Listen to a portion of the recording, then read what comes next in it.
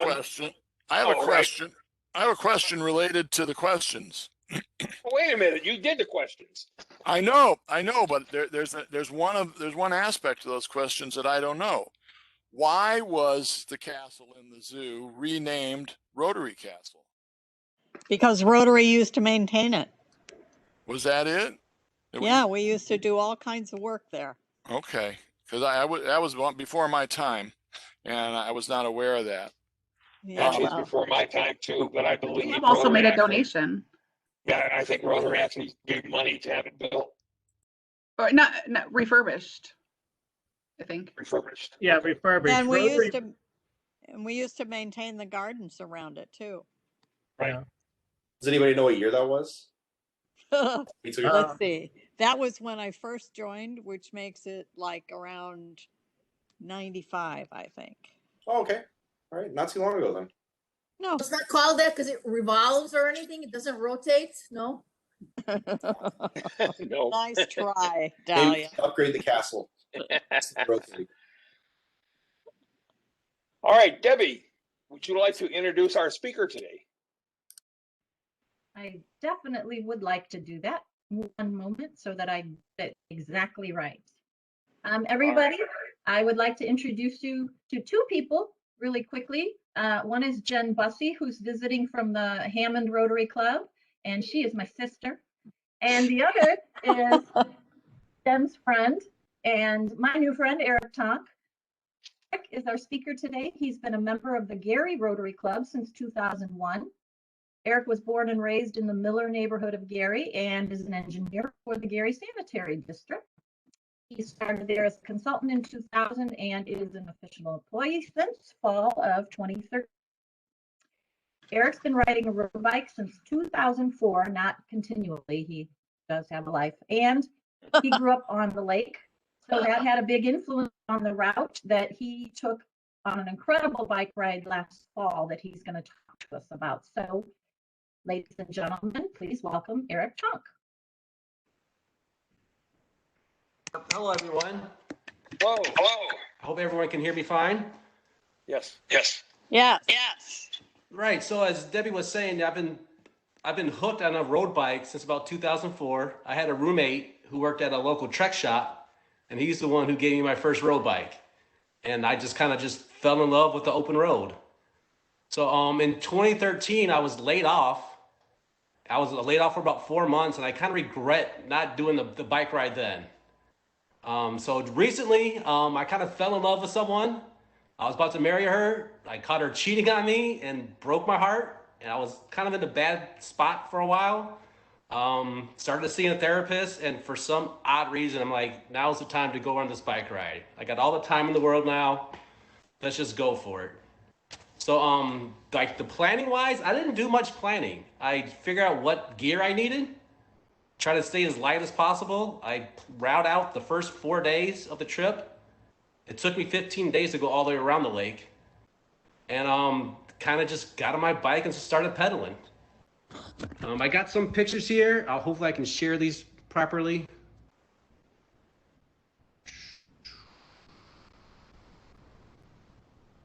So this was the first day.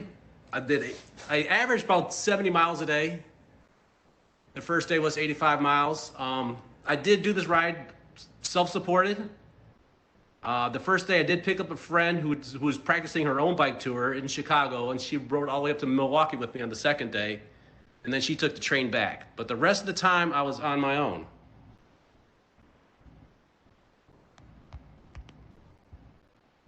I'm trying to get to another picture here. Probably my favorite day of the bike ride was on the second day, where I found this beer garden. It's just outside Milwaukee. I was behind schedule. I needed to eat. I needed something to drink, and lo and behold, there's this beer garden right off the bike trail. The only way to get to this beer garden was on the bike trail, so it really saved my life. Well, not literally, but pretty close.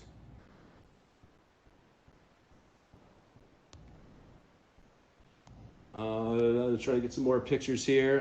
There's beautiful scenery, of course. This is actually in Kenosha. right after the riots. You can see the buildings were all boarded up, so that was a little scary part of the trip. Yeah, so this bike ride was more about my mental health and also an adventure.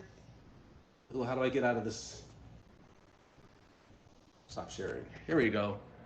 So yeah, it's more about my mental health. So every time I crossed a body of water, which is 10 times a day or so, I said something I was grateful for. Kind of really helped change my mindset. So by the time the bike ride was over, I was back in a good place again. I got my self-confidence back. My self-esteem was high again, and I was kind of back to my old self again. Some of the gear I had was, like I said, packed light as possible. So I had a lot of dry food, freeze-dried food where I just added hot water. But other than that, I relied on gas stations and breweries. Right, yeah, I would go into a brewery. I would ask the bartender, is this burger and fries going to fill me up? Oh, sure, it's a big burger and the fries, you'll be fine. I would eat that and then order chicken wings. Like, all the bartenders would just look at me like in amazement. Look at this skinny guy eating all this food. I estimated I was eating about 5,000 calories a day. Pretty easy. I can find this other photo for you, kind of like the average meal I would eat.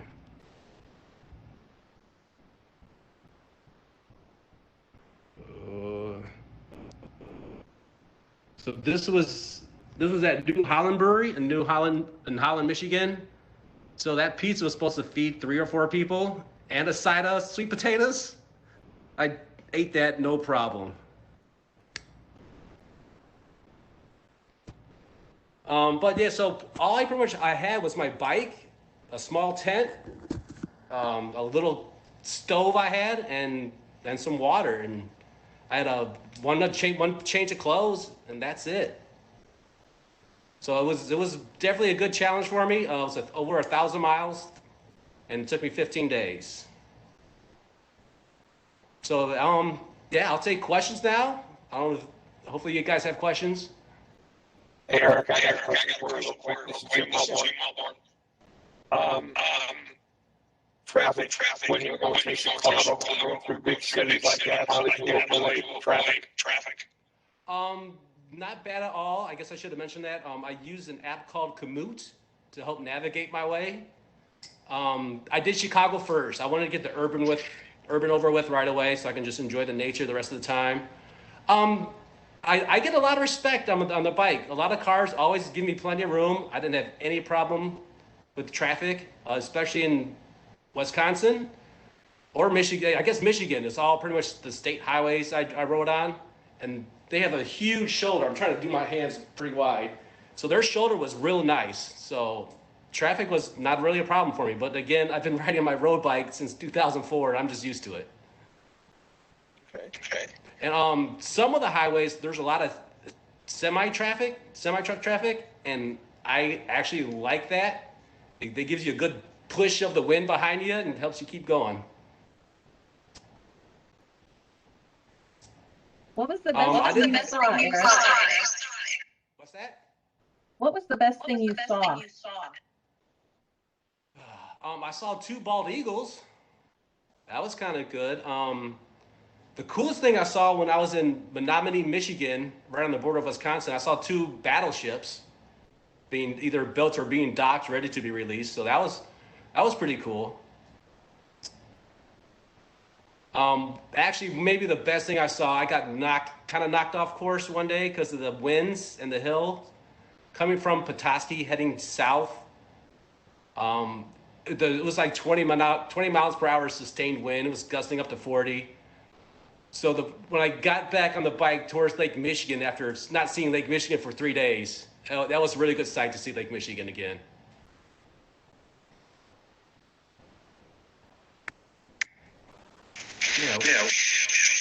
Did you go across the Ironton Ferry?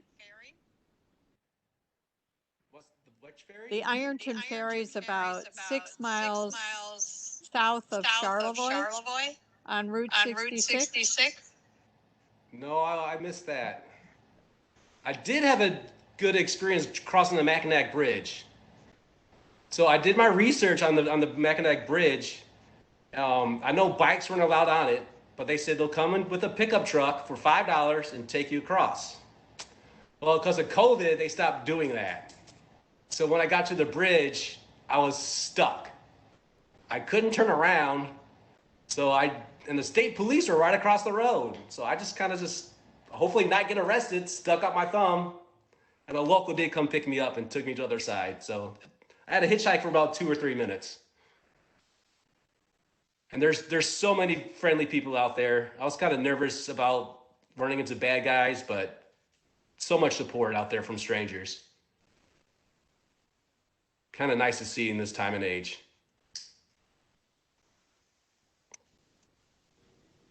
Can you talk about, obviously you were kind of alone for a lot of the bike ride. Can you talk about how that helped you in regards to your mental health? And, is there any pointers you have in regards to, for people that are not used to being alone, like you were alone for quite a bit of time, how that helped you with your mental awareness? Yeah, I was actually really scared of going on my own. I was overthinking pretty much everything. So I did a lot of journaling.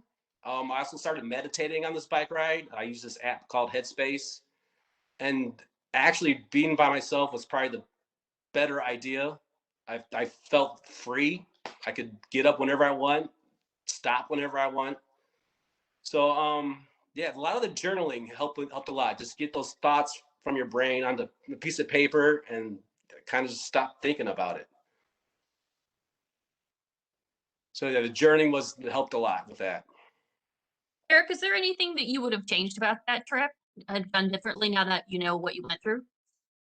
I probably would have taken my own bike or rode the bike I took a lot more. It was my friend's bike. It was a gravel cyclocross bike.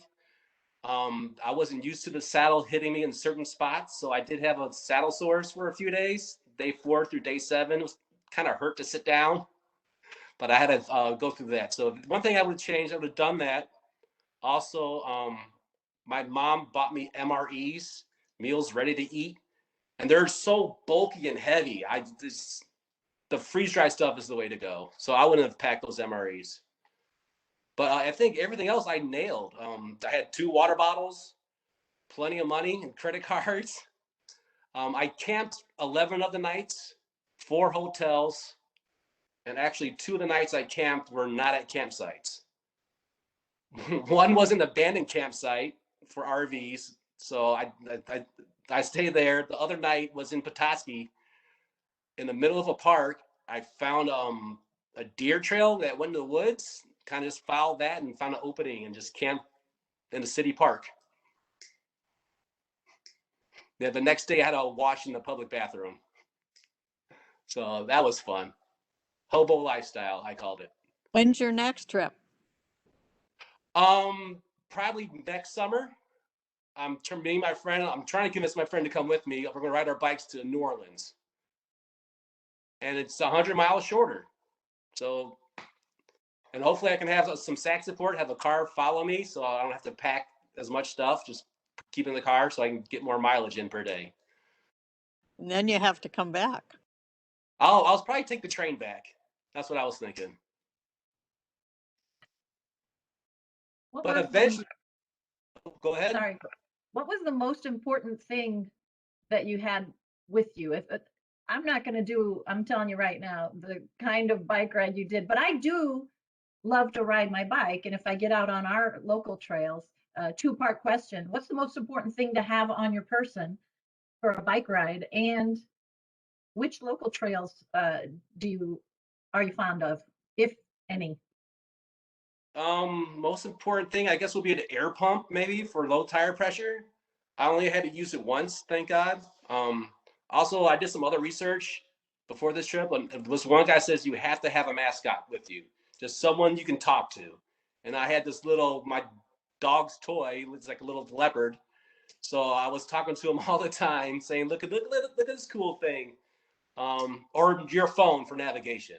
That's also real important, because I use Komoot or Google Maps. Because Komoot wasn't always And my favorite trails, yeah, I don't do the trails too much. I stay on the roads mostly. But I do ride from my bike from Millard out to Griffith. So there is, I don't even know what the trails are called. The one from Hobart it's, into Griffith, and they have the one from Crown Point to Hammond.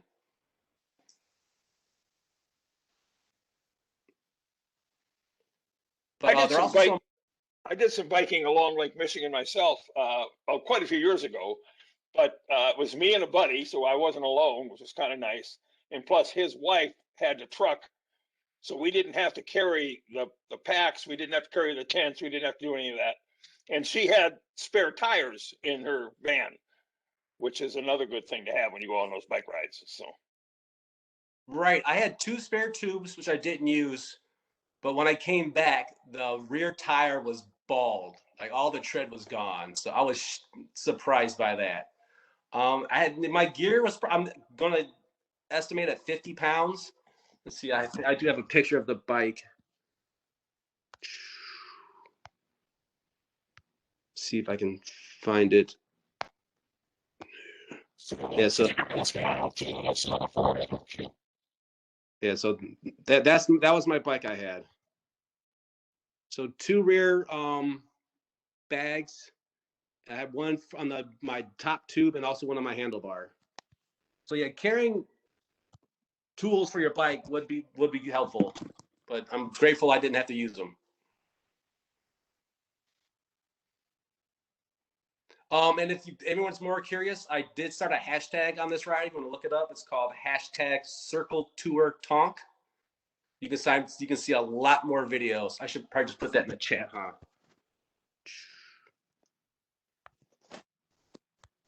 So I have a lot more videos and pictures there.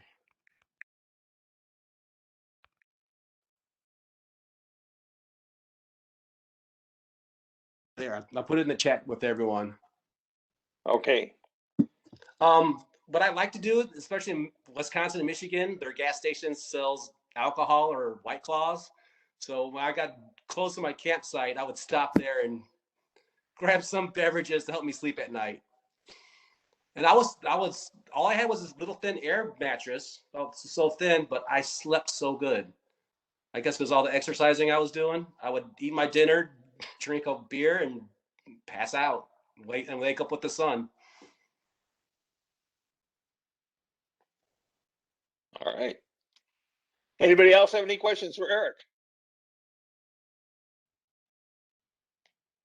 Well, Eric, I appreciate your discussion here, and I'm glad to see that you were able to make it. I know it's pretty tough. I know when I was going up along the side of Lake Michigan, I was going actually south to north towards the Upper Peninsula, and we made it all the way to Sault Ste. Marie, which of course is not, we didn't come back the other side. But I know what it's like, and it was a lot of fun. And like you said, it gives you stuff to think about, because when you're pedaling that bike, you can't think of anything else. So, and the last thing I'd like to say is the best thing about a bike ride is the downhill. Yes. I have a question. Yes. All right.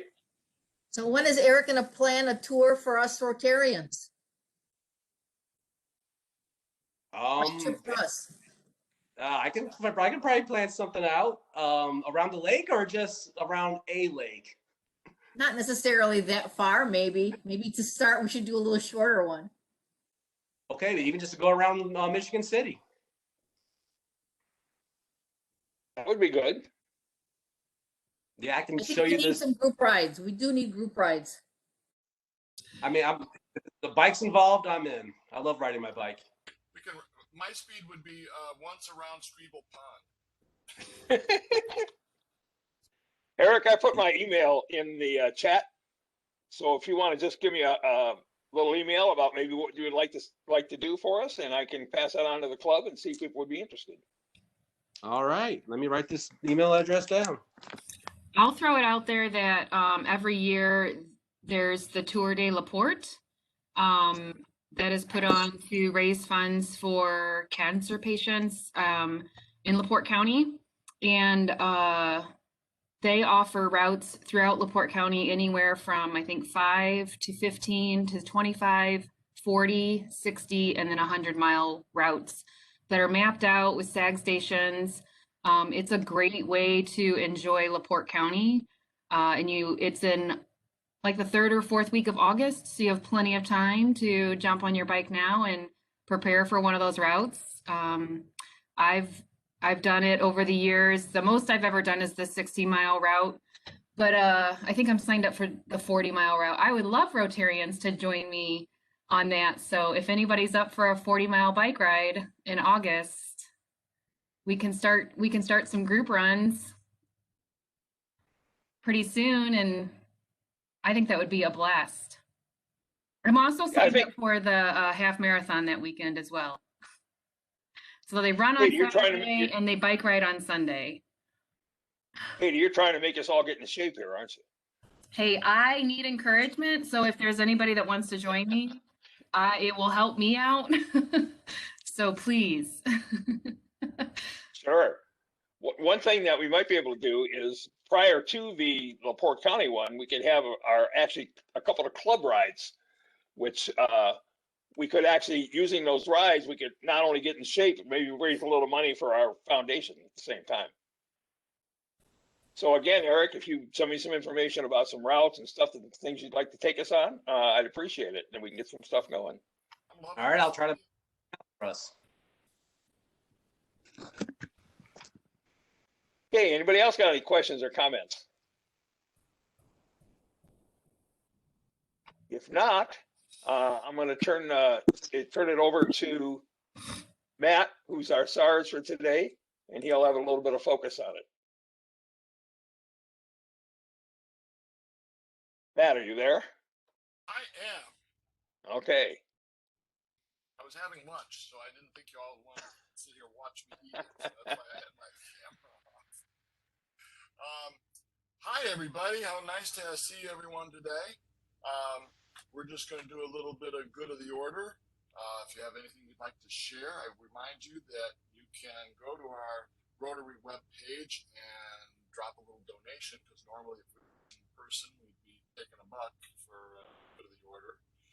So this is going to be sort of an honor system, but we'd love to hear from you and let you know what's going on.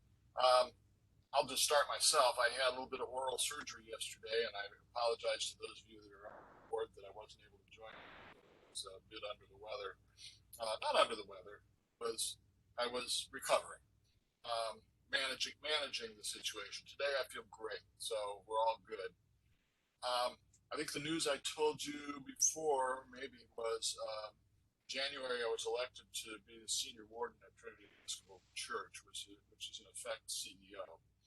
And I'm working, doing a lot of, having learned a lot from Rotary, I'm applying some of those leadership skills to up to speed for church, which of course, like most of our organizations, we're trying to figure out how do we emerge from the pandemic to become more effective and greater outreach work in the community, which is also, I think, where we're going here as well. Thank you. So let's start with, I'm kind of looking just across the top of my screen. Why don't we go with Jim? Wellborn. Me? Yeah. Okay, well, I got some good news and some bad news. The good news is that I'm getting my second COVID shot on March 2nd. And so I figure in about 3 weeks, I should be immune to COVID, or at least the best you can get there, which will make me feel a little better. The bad news is my son has got some health problems that we're working on to see if we can get those taken care of. But you know, it's all in all, it's pretty good. Okay. And before we move on, though, I'd like Nicole Manning to jump on here and introduce herself as our newest member and also a new board member for our club. So. Hi, everyone. You want me to say something? Yeah, sure. Let's start with, where do you work? Okay. Where are you from originally? And what do you see as your contribution to Rotary? That kind of thing. Okay. Well, I'm from Indiana, all areas. I lived in Valpo for a long time, Chesterton, and now I'm living in LaPorte with my husband and my twin boys. I work at GIS. I'm a business risk advisor. Um, Very excited about being here. It's a very family-oriented business, and also they're very much about giving back, as I'm sure as you know. So very excited to be here with them as well. And I'm a big advocate for mental health. Um, I believe in trying to get a lot more awareness for mental health in all areas, in everybody's personal, like through emergency, through police officer, any way I can get any awareness is a big volunteer and what I do in that. And also I really enjoy doing the helping building of the homes. I've always liked doing that. I just think it's fun. I think construction is fun. Plus you get to give someone a home, right? Or help build their home. Yes. I'm excited I do service projects. That's what I'll be doing here on the board. I'm really pumped. I did a lot of scholarships in my and did a lot of fundraising and a lot of 5Ks together for fundraisings and stuff like that for different organizations through Brown Mackie. So hoping to bring a lot of my knowledge from that, and then also learning a lot more to do a lot more projects here for this community as well.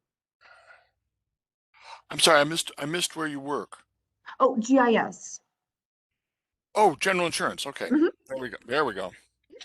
Okay. How wonderful. Thank you so much. Thank you. Yeah, so you do Habitat for Humanity builds? Yes, I've done that before. Yeah, I did that for quite some time. I haven't in the past few years, but I really do enjoy it. I like building too. I think it's just fun. So perhaps that's a Rotary connection too. That would be very cool. Yeah, it is a lot of fun. Like I got into it just to do to be honest, when I was very young to put it on my resume, right? I just, I was like, oh, I need to put something on my resume. And I think I was like at 17 to, for college, and stuff like that. But I end up enjoying it, and I've done it throughout college. I've done it through I went to Purdue, and I also did my MBA out east. So I did it out there. So everywhere I went, I've just always signed up for that. And then also to volunteer for mental health is, like I said, is a big one. I've always tried to do that as much as I can. Oh, very cool. Very cool. Eric, I want to say I really enjoyed your presentation, and I really liked the way it generated so many ideas about Rotary participation, and getting out from behind the screen and actually being able to do something together that's not enclosed in a room, but be able to do something fun together. We'll cook up some fundraising opportunities with that is really a good idea. So thank you for sharing today. What a fun thing. Hi, Dahlia. How are you? I'm good, thank you. Sorry I've been missing meetings, but conflicts everywhere, So I'm gonna share some good news. 2 days in a row, Tuesday and Wednesday, I went for a bike ride. So this was really close to my heart for sure. Nice. And it was nice. So, and I took my kind of older, clunkier bike because I was afraid to use my nice one. But my legs are feeling it. I can't go today. I don't think. I just need to take a day off. But so that's a good news. And I also just came back from my COVID vaccine. I just qualified, so I signed up immediately, and I'm in. So it was great. It was at Ivy Tech. So for those of you who are trying to sign up, great situation. I think it was a National Guard. It was all people in camo working the whole place. So efficient and good, and I'm excited. So number one down for me. Yeah, very nice. Hi, Debbie. Hello, friends. In the conversation, it just occurred to me, I don't know if I've updated anybody on the progress or the situation at our old Franciscan Health Campus downtown on Homer Street. So let me just briefly let you know, work is continuing. It's picked back up as we've, the pandemic has sort of done its thing, but construction has continued. What will be located there will be a prenatal clinic to help with young families who need a little bit of extra help. We'll start with, ultrasound imagery, but also extend through care. and diapers and supplies. The second piece will be our PACE program, which will be for seniors. That's details to be worked out, but that exists in our Dyer campus as well. So we're really happy to expand that to that location. And then behavioral health will be moving over there from the new campus to the old campus so that there's more space and more room there. So a lot going on in the continuing spectrum of age and need for our local residents. And I just wanted to give you that brief update. Oh, super. Thank you. Thank you. Pastor Carol. Another beautiful day in Michigan City.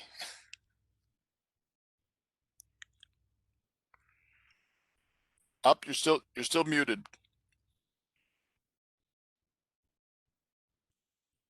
There we go. All right. I see. I can handle that. I know exactly where that's at. So, but anyway, I'm on the board of directors, of course, with Camp Mail House, and the Rotary Club is the one that sent me to the Camp Mail House back when I was 8 years old. And you know my story. For some that don't know my story, it's on the Rotary Club video. It's not about me, it's about the polio virus. And anyway, Camp Mail House is now, we're in a kind of a fundraiser trying to raise money to build a new lodge, because that lodge that we have right now is about probably 60 years old. And so we have to build another one. And but anyway, I was a camper there thanks to Rotary Club.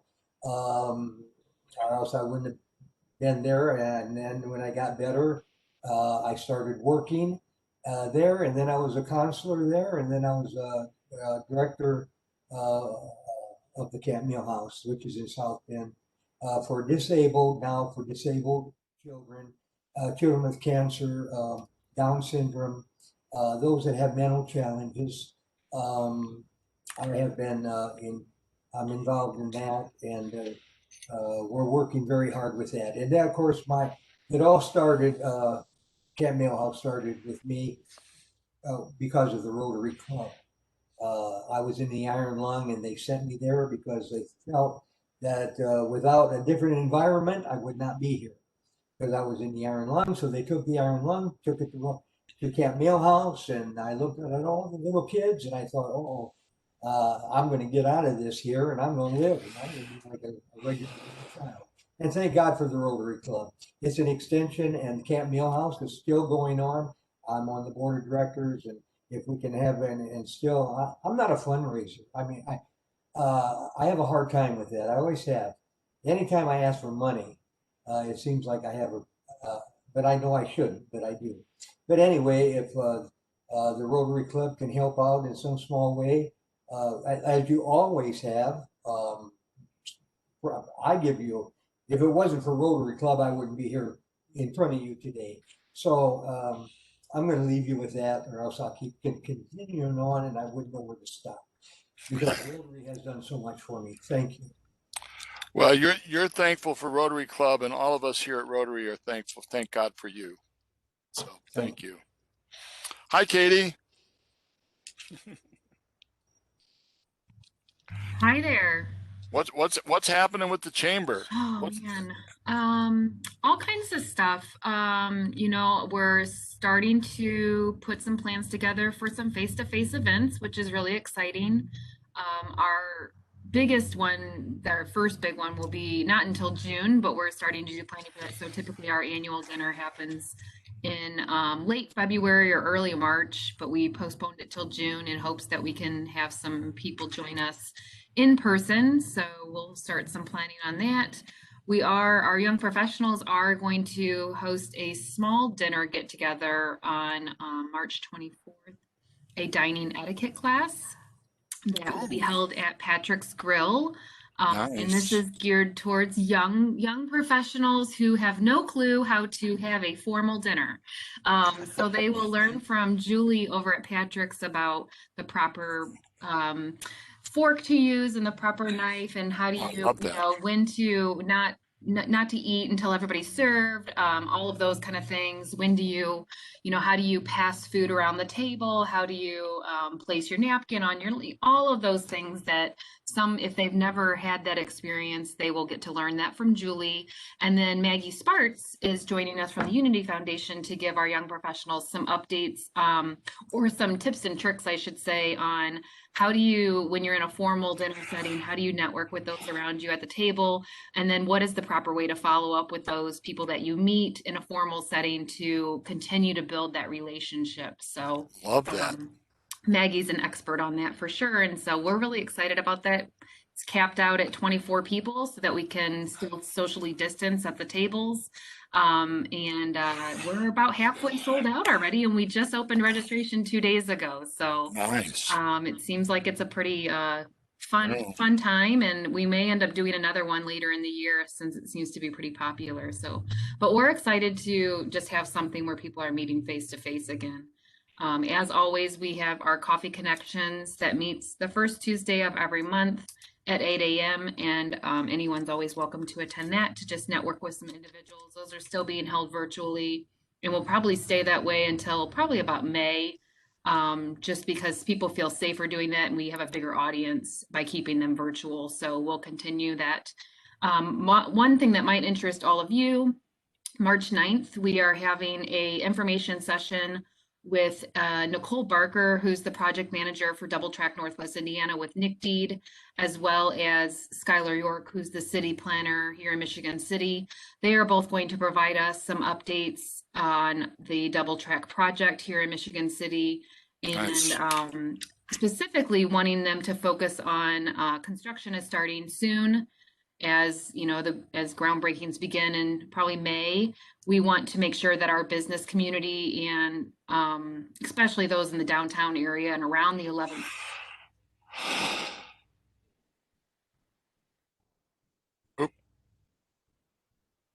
Oop, we froze up. Oh, I think we lost her. Everyone else still hear me? Hey. There, you're back. Okay, sorry, we just had our power glitch. I don't know what caused that, but maybe there's construction outside. That was really strange. We're sending all our power to Texas. Yeah. So hopefully you guys can still hear. Can you hear me? Yeah. Okay, good. So specifically, we want to make sure that our businesses in the downtown area for that event, for Double Track, understand what construction timeline looks like, potential traffic issues and interruptions that they might be experiencing. So that information session will be available to anybody that wants to participate. Nice. Well, just so you know, I to Jim so he can send it out to the whole Rotary Club. Yeah, nice. Just so to remind you, I know of a really beautiful banquet hall that might be perfect for a Rotary June dinner. Maybe we need to... I better see a contribution in the donation page for this, Matt. You bet. Shameless self-promotion. Tom Stokes, last but not least.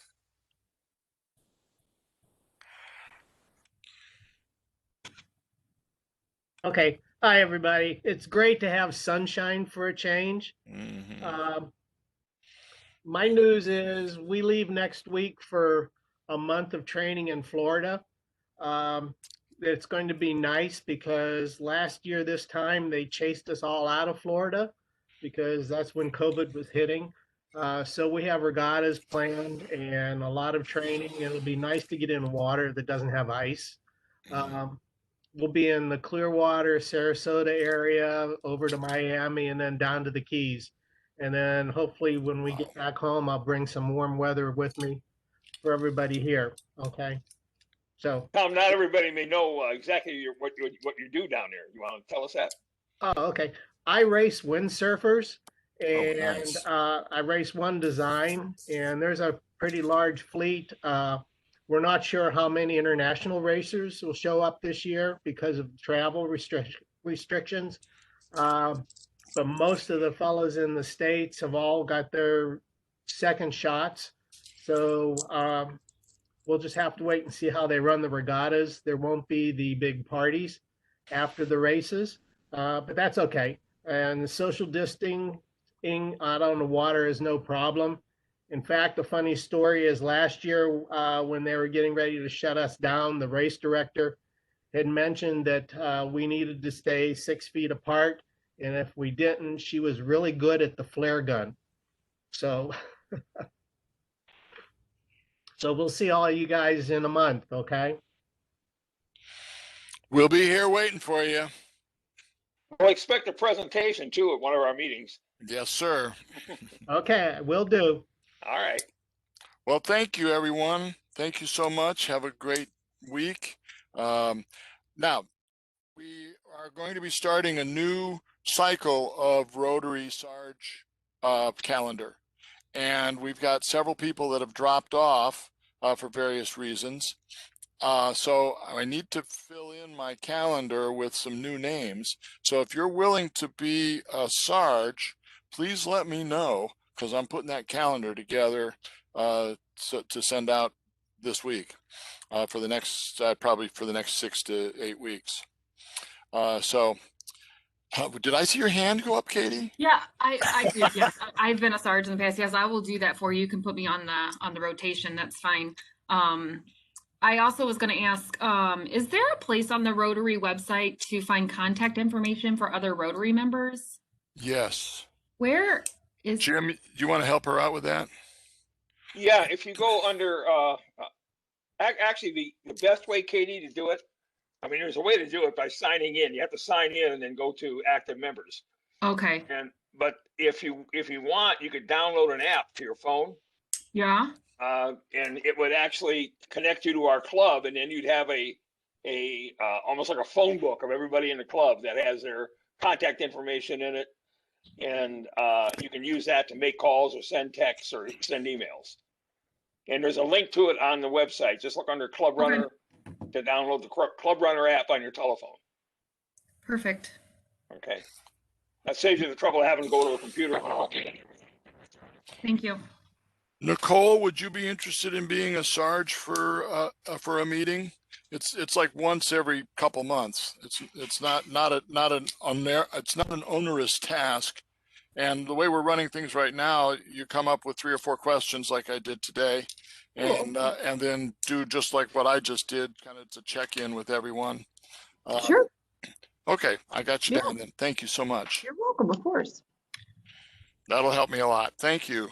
I have another question. Nicole, are you based at the Michigan City General Insurance Office? I am. Yep. Yep. We should connect if you need, you know. Sure. Yeah, like you're like 2 blocks away from each other. Oh, are we? Yes. Katie's Nice. Well, Caitlin Wisser was like our chamber contact there, but she's moved into a different role, and so it sounds like maybe you might be a good connection for us. Sure, absolutely. I'd love to connect. Absolutely. I'd love to help you get introduced to more businesses. I would love that. Thank you. Yes. Okay, Jim, it's back to you. Hey, Eric, do you have any closing remarks you'd like to say to the club? Eric? Or Eric? I guess not. Pastor Dennis, would you please lead us in a prayer as we exit, as we go forth to face the day? You have to unmute.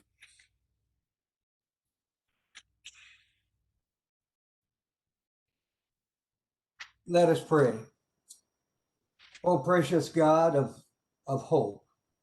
We have been through so much in the past years, and we are weary, and yet we have hope. You have called us to love our neighbors and to share our human resources with those in need. There are times when it seems there is too much need to bear, and yet we have hope. We are called upon to offer emotional support, care, and encouragement and compassion for those that need healing. We may not always have the right words or know exactly what to say, but simply being present for others offers comfort. In your presence is hope. We do not know what the future holds, O God. That is why perhaps you call us to live of faith, trusting in the evidence of things not seen. We do not sometimes see hope, but we know that by faith we see the future of hope, and we see the goodness of God, and that we give you all the praise and all the glory. Amen. Amen. All right. Glad to see you guys all made it today. I hope you all enjoyed the meeting. Bye-bye. I'm eagerly waiting to see what you can do to make us get more in shape of riding our bikes again. And see if we can get together and do some good fellowship because of it. So wonderful. Thanks a lot. Bye, everybody. Bye-bye.